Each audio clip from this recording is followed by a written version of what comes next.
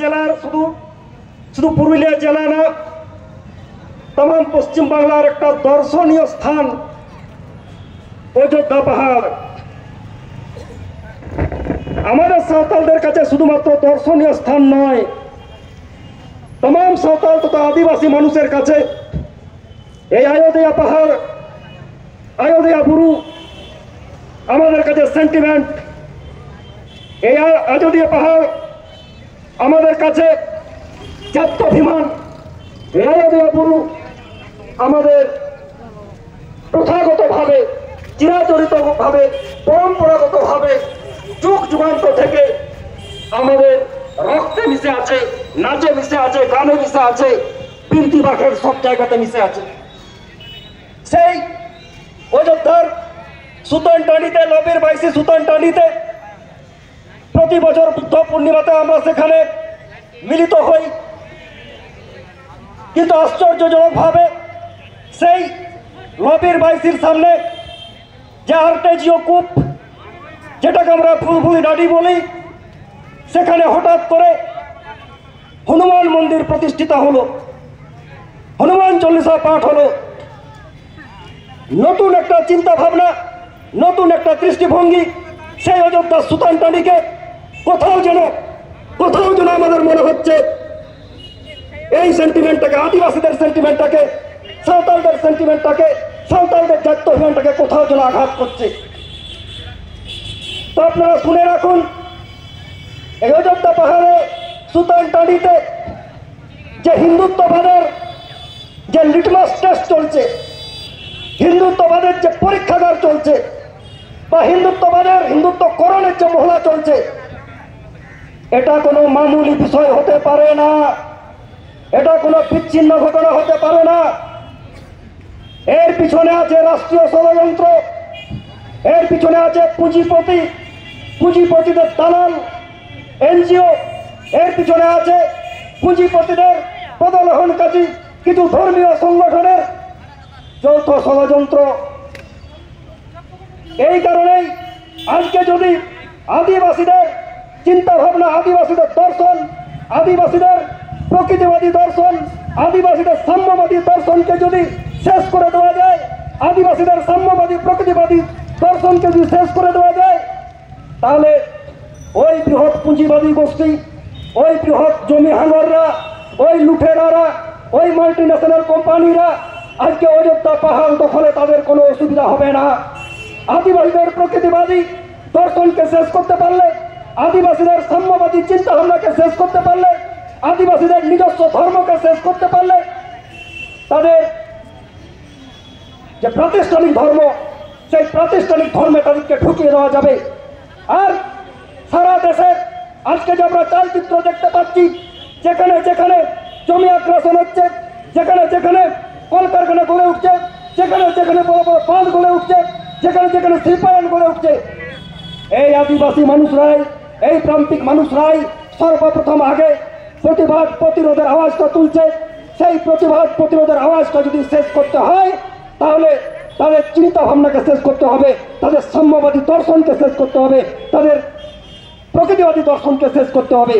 এরই ফলশ্রুতি হিসাবে সুতানটানিতে আজকে কি হচ্ছে না, ওখানে হনুমান মন্দির প্রতিষ্ঠা করতে হবে, ফুলফুলি ডাডিকে সীতাকুণ্ড করতে হবে।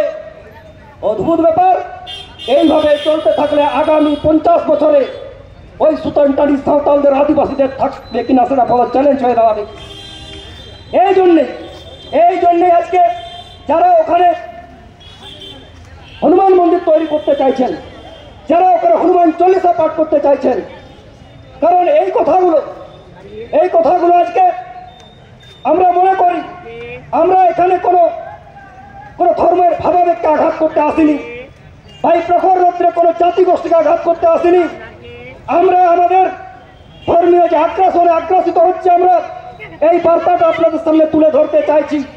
কারণ অযোধ্যা পাহাড়ে শুধু আজকে আমরা ওই হনুমান মন্দির প্রতিষ্ঠা দেখিনি, বিগত বেশ কয়েক বছর থেকে আমরা দেখতে পাচ্ছি কাদের উস্কানিতে, কাদের মদতে বুদ্ধ পূর্ণিমার দিন ডিজে মাইক বাজিয়ে বিশেষ জয়ধ্বনি করে কিছু উন্মত্ত যুবক সেখানে যে নোংরামি করে আমরা সেটা দেখতে পেরেছি। তাদের মতো আমরা সব জানি এর পিছনে কারা আছে। যাদের দর্শন হিন্দি হিন্দু হিন্দুস্তান, যাদের দর্শন হিন্দি হিন্দু হিন্দুস্তান, যারা মনে করে এক সময় মনে করত যে ভারতবর্ষ নাকি হিন্দুদের দেশ, না এটা আমার কথা নয়, অনেক তথ্য আছে। আমি সেই সব উন্মত্ত ধর্মান্ধ মানুষকে বলে দিতে চাই যে ভারতবর্ষ ধর্মনিরপেক্ষ রাষ্ট্র, ভারতবর্ষ ধর্মনিরপেক্ষ রাষ্ট্র। সেই ধর্মনিরপেক্ষতার মরমী সাধক অন্নদাশঙ্কর রায় খুব সুন্দর একটা কথা বলে গেছেন, যেটা আদিবাসীদের ক্ষেত্রে খুবই প্রাসঙ্গিক। ধর্মনিরপেক্ষতার মরমী সাধক অন্নদাশঙ্কর রায় বলেছিলেন যে ভারতবর্ষ হিন্দুর থেকে বড়, এই ভারতবর্ষ বেদের চেয়ে পুরাতন, এই ভারতবর্ষ আর্যের চেয়ে প্রাচীন। এই ভারতবর্ষে যদি কারো অগ্রাধিকার থেকে থাকে এখানকার আদিবাসীদের, তারাই সব থেকে বড় ইন্ডিয়ান, তারাই সব থেকে বড় ইন্ডিয়ান। আর কেউ যদি মনে করে, কিন্তু উচ্ছৃঙ্খল মানুষ যদি মনে করে ধর্মীয় জিগির তুলে, ধর্মীয় বিভাজন করে আজকে এই আদিবাসীদের সন অফ দ্য সয়েলদের বুনিয়াদী মানুষদের সেন্টিমেন্টকে ভেঙে দেবে, সেন্টিমেন্টকে শেষ করে দেবে, তাহলে সে ভুল করছে। সারা ভারতবর্ষের যে পুঁজিপতিদের বিরুদ্ধে আন্দোলন, জল জঙ্গল লুঠের বিরুদ্ধে যে আন্দোলন, দেশীয় সংস্কৃতি শেষ হবার বিরুদ্ধে যে আন্দোলন, এই আন্দোলনের সামনের সারিতে এই আদিবাসী মানুষরাই ছিল, আছে, থাকবে। তার হাজার প্রমাণ সারা ভারতবর্ষের বুকে আছে। এখানে আমার মনোরঞ্জন ভাই বলে গেল যে আজকে আমি আমার বক্তব্য মোটেও দীর্ঘায়িত করব না, যে কথা বলে শেষ করব। মনোরঞ্জন শুরুটা করে দিল যে আজকে সাঁওতালদের সেন্টিমেন্টে, আদিবাসীদের সেন্টিমেন্টে অযোধ্যাতে আঘাত এসেছে। আমরা কোনো হিংসা চাই না, আমরা কোনো বিশৃঙ্খলা চাই না। পুলিশ আছে, প্রশাসন আছে। আমরা গোটা পুরুলিয়া জেলার প্রত্যেকটা জাতিগোষ্ঠীর সচেতন মানুষের কাছে করজোড়ে নিবেদন করে যাব, এই এলাকার শান্তি সম্প্রীতি বজায় রাখার ক্ষেত্রে সকলে হাত বাড়িয়ে দিন।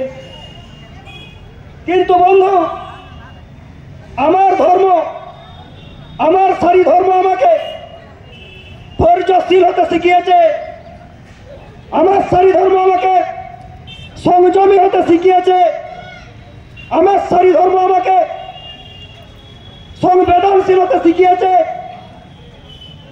আর আমার এই দুর্বলতার সুযোগ নিয়ে আপনি বারবার আমার দিকে ইটটা ছুঁড়বেন, আর আমি কিন্তু রসগোল্লাটা ছুঁড়ব না, আমি পাল্টা পাটকেলটা ছুঁড়ব। সেদিন যেন মনে থাকে, সেদিন যেন মনে থাকে ওই অযোধ্যা পাহাড়ে হনুমান মন্দিরটা থাকবে কি থাকবে না, সেটা যেন মনে থাকে, সেটা যেন মনে থাকে। আপনি বারবার আমার দিকে ঢিল ছুঁড়বেন, আর আমি রসগোল্লা ছুঁড়ে দেবো না, পাল্টা পাটকেলটা দেওয়ার জন্য আমিও রেডি আছি। আগামী 23 তারিখ অযোধ্যার সেন্দ্রাতে মিলিত হব। আমাদের দিসমের পারগানা বাবারা, মাঝি বাবারা উপস্থিত হবে, তারাই বিচার করবেন, তার ব্যবস্থা আমরা নেব। তার জন্য এই পুরুলিয়া জেলার तमाम পুলিশ প্রশাসন, এলাকার বিভিন্ন জাতিগোষ্ঠীর সচেতন মানুষের কাছে করজোড়ে আরেকবার নিবেদন করব, আসুন সাম্প্রদায়িক সম্প্রীতি রক্ষার স্বার্থে সকলে হাতে হাত নিয়ে লড়ি। আসুন ওই ধর্মান্ধতার জিগিরকে ধুয়ে মুছে সাফ করে দিই। এই কয়েকটি কথা বলে সকলকে ধন্যবাদ, অভিনন্দন, জোহার জানিয়ে আমি আমার ক্ষুদ্র বক্তব্য